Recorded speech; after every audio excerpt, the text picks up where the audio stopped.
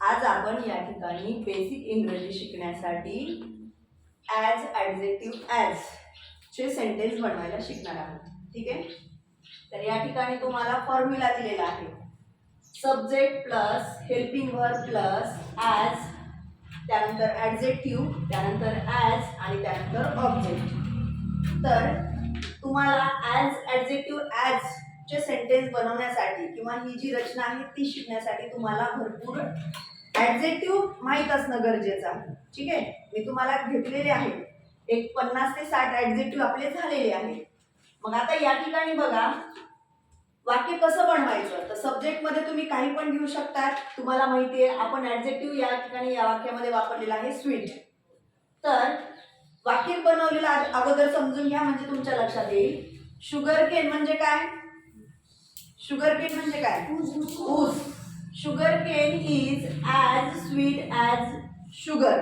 म्हणजे ऊस हा साखरे इतकाच गोड आहे किंवा ऊस साखरेसारखाच गोड आहे. म्हणजे दोघं पण कसे आहेत? सारख्या प्रमाणामध्ये सारखेच, अगदी सेम टू सेम काय आहे? गोड आहे. तुम्ही म्हणू शकता या ठिकाणी माझं हस्ताक्षर तुझ्या अक्षरा इतकंच सुंदर आहे. ठीक आहे. त्यानंतर तुम्ही म्हणू शकता मी तुझ्या इतकीच उंच आहे. अशी कंपॅरिझन सेम टू सेम, अगदी मी तुझ्यासारखीच आनंदी आहे. असे वेगवेगळे तुम्ही विशेषण घेऊन वाक्य बनवू शकतात. तर या ठिकाणी दुसरं वाक्य आहे jalebi is as sweet as jamun. Jalebi गोड असते माहितीये. गुलाबजामुन ज्याला आपण जामून पण म्हणू शकतो, गोड असतात दोघं पण. दोन्ही पण पदार्थ गोड असतात. मग आपण म्हणू शकतो की दोन्ही अगदी सारखेच गोड आहेत किंवा तितकेच गोड आहेत. म्हणून या ठिकाणी वाक्य दिलेलं आहे jalebi is as sweet as jamun. त्यानंतर पुढचं वाक्य आहे an apple is as sweet as banana. म्हणजे सफरचंद खाता तुम्ही, केळी खाता, दोन्ही पण गोड आहेत. तुम्हाला सांगायचं की दोन्ही सारखेच गोड आहेत, तितकेच गोड आहेत, कोणतंच कमी नाही आणि कोणतंच जास्त नाही. मग या ठिकाणी सफरचंद केळीसारखेच गोड आहे. त्यानंतर आहे टी. टी म्हणजे चहा आणि कॉफी दिलेला आहे कंपॅरिझन साठी. तर T is as sweet as coffee म्हणजे काय?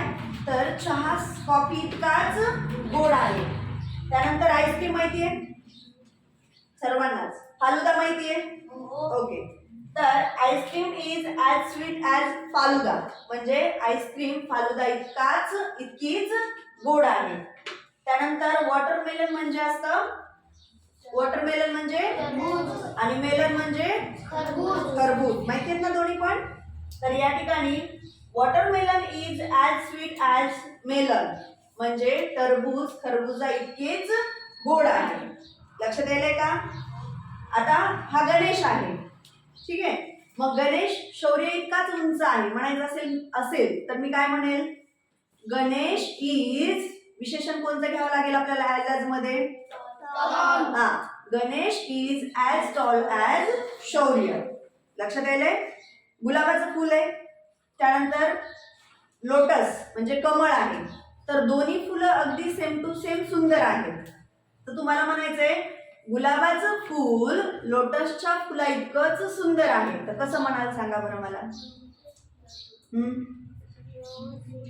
रोज flower is as beautiful as lotus. बरोबर. त्यानंतर तुम्ही घेऊ शकता स्ट्रॉंग. स्ट्रॉंग म्हणजे काय?